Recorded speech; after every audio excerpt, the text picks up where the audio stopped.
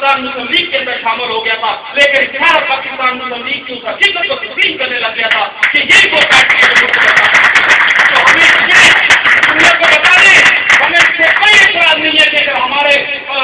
محبوب لیڈر نے ہجرت کی تو یہ ہجرت تو حضور صلی اللہ علیہ وسلم نے کی، اور انہیں کی سنت میں اگر ہم نے کام کیا تو ہمیں اس طرح سے بات نہ کریں، سننے والے سن لیں، یہ کام جو ہے وہ انسانوں کے کام ہے، لیکن اصل کام یہ ہے کہ آپ اپنی بات کے اوپر قائم رہتے ہیں یا نہیں، اپنے اصولوں کے اوپر قائم رہتے ہیں یا نہیں۔ آج ان کو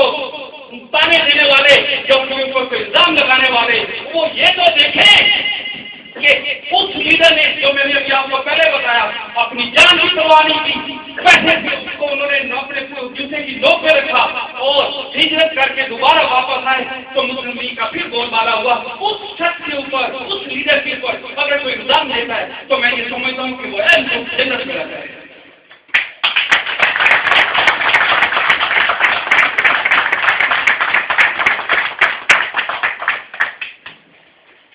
میں یہ سمجھتا ہوں کہ ہمارا جو پارٹی کا اوورسیز کے جو مقاصد ہے اس کے اندر ایک تو میں نے جو بھی آپ سے ذکر کیا کہ جو کہ انشاءاللہ میں امید کرتا ہوں کہ اگر اب اسلام کی فتح ہوگی اور وہ اپنے عروج کی طرف جائے گا تو کیا ایسا ہے کہ ہم اس جدوجہد میں اپنا حصہ ڈال دیں۔ دوسرا میں نے آپ کو بتایا کہ اگر اس وقت ملک کو ہماری ضرورت تھی قرض اتارو ملک سنوارو تو جس طرح دوسرے ممالک کے لوگوں نے پیسہ بھیجا اس طرح سے ہم نے بھی ادھر سے بھیجا، اسی طرح اور بھی ہم جب پاکستانی جاپان کے اندر یا پوری دنیا میں متحد ہوں گے، کسی پلیٹ فارم پہ ہوں گے اور لوگ اگر ہمارے اوپر یقین کرتے ہوں گے انشاءاللہ تعالی تو ضرور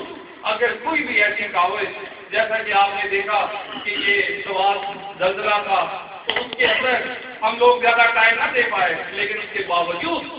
جو لوگوں نے پاکستان کے لیے فنڈ دیے، مسلم لیگ کے پلیٹ فارم کو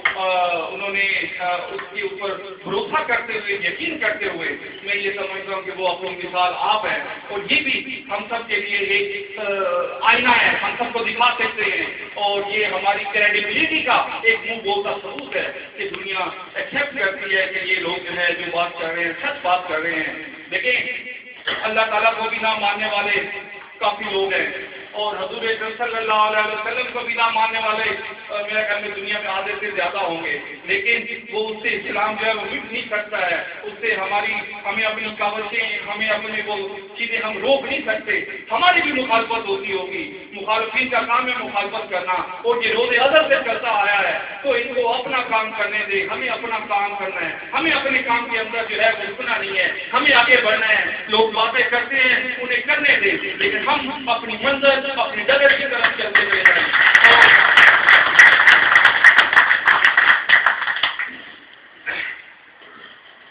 میرا اصل میں یہ ایک مقصد تھا کہ اپنے قائد کا ایک میسج اور ہماری پارٹی جو ہم اوورسیز میں موسٹلی لوگ کہتے ہیں کہ ان کا کام کیا ہے، یہ ضروری بھی ہے کہ نہیں ہے، وہ میسج کنوے کرنا تھا کہ ہم لوگ اوورسیز میں رہتے ہوئے چونکہ آلموسٹ ہم 1 کروڑ کے قریب پاکستانی ہیں جو مختلف ممالک میں زندگی گزار رہے ہیں، کوئی کاروبار کر رہا ہے، کوئی نوکری کر رہا ہے، اور میں یہ کہوں گا کہ اگر ہم ہر شخص ایک دن میں $1 بھی پاکستان بھیجے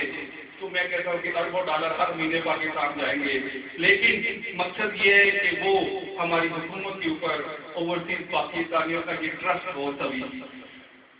اور ہمیں اس قسم کی پاکستان کے اندر پالیسیز لانی ہوں گی، اس قسم کے اصول اپنانے ہوں گے کہ جس کے اوپر اوورسیز پاکستانی جو ہے وہ ٹرسٹ کر سکے۔ اور انشاءاللہ میں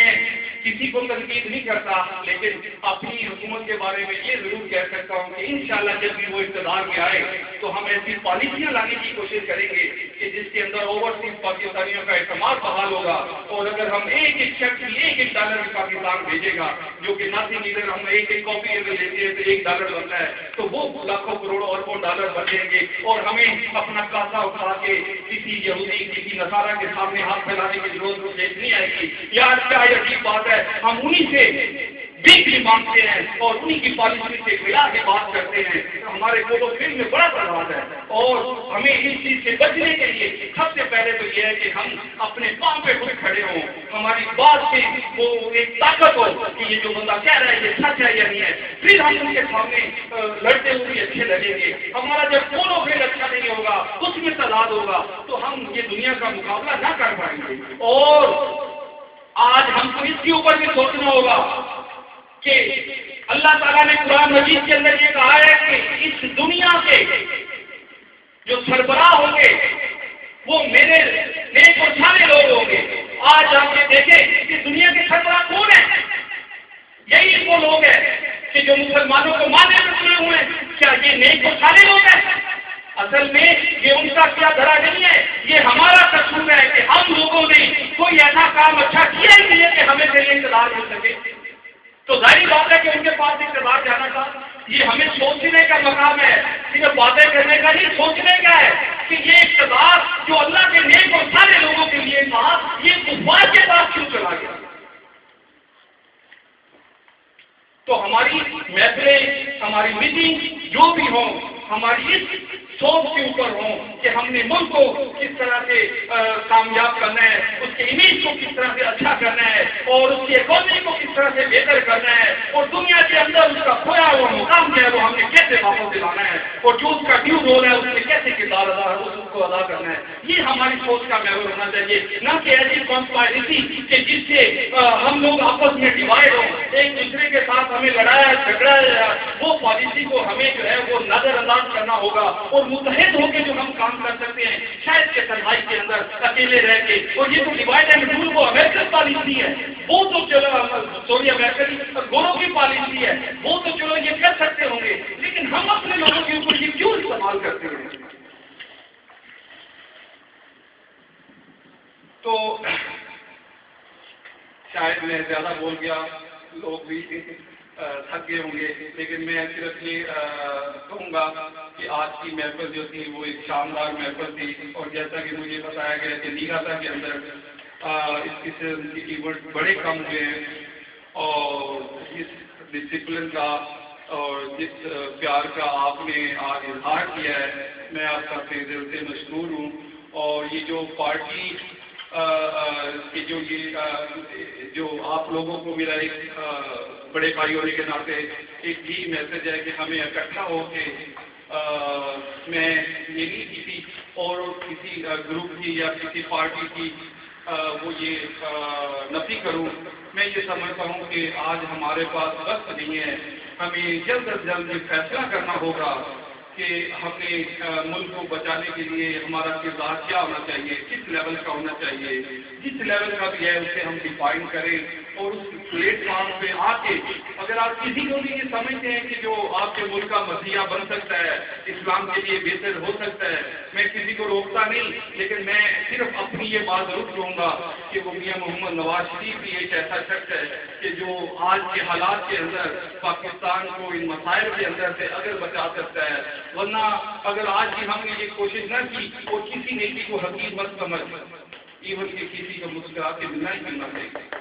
اور کسی کو ایون کے کھجور کا ایک ٹکڑا دے کے کرنا چاہیے۔ تو ہمیں یہ نہیں محسوس کرنا چاہیے کہ ہم اوورسیز میں اگر کوئی کام کریں گے تو اس کا کیا بینیفٹ ہوگا، کیا فائدہ ہوگا، ہمیں اپنا کام کرنا چاہیے انشاءاللہ۔ وہ میں اس کے اوپر ایک ذکر سوری پھر لمبی ہو رہی ہے بات کہ ایک انڈیا کے اندر ایک بزرگ تھے، ان کے پاس ان کے کچھ جو انہیں چاہنے والے لوگ آئے، وہ کہتے ہیں یا حضرت کہ انڈیا کی ایک وہ کوئی ایک جگہ ہے، وہاں پہ کچھ ایک عورت آئی ہے تو وہ ہمارے لوگوں کو گمراہ کر رہی ہے، تو کیا کریں اس کا؟ تو ان بزرگوں کا مجھے ویسے کوئی نام نہیں آتا، انہوں نے کہا اچھا ایسا ہے کہ اسے ایک رات کے لیے میرے لیے حائل کریں۔ وہ سارے بڑے حیران، لیکن چلے انہیں بلایا گیا، وہ لڑکی آئی تو بزرگوں نے کہا کہ چلو نہا دھو لو۔ لڑکی نے کہا ٹھیک ہے، میرا کام کو وہ پیسہ لینا ہے، مجھے جو بھی حکم دیتے ہیں میں کرتی ہوں۔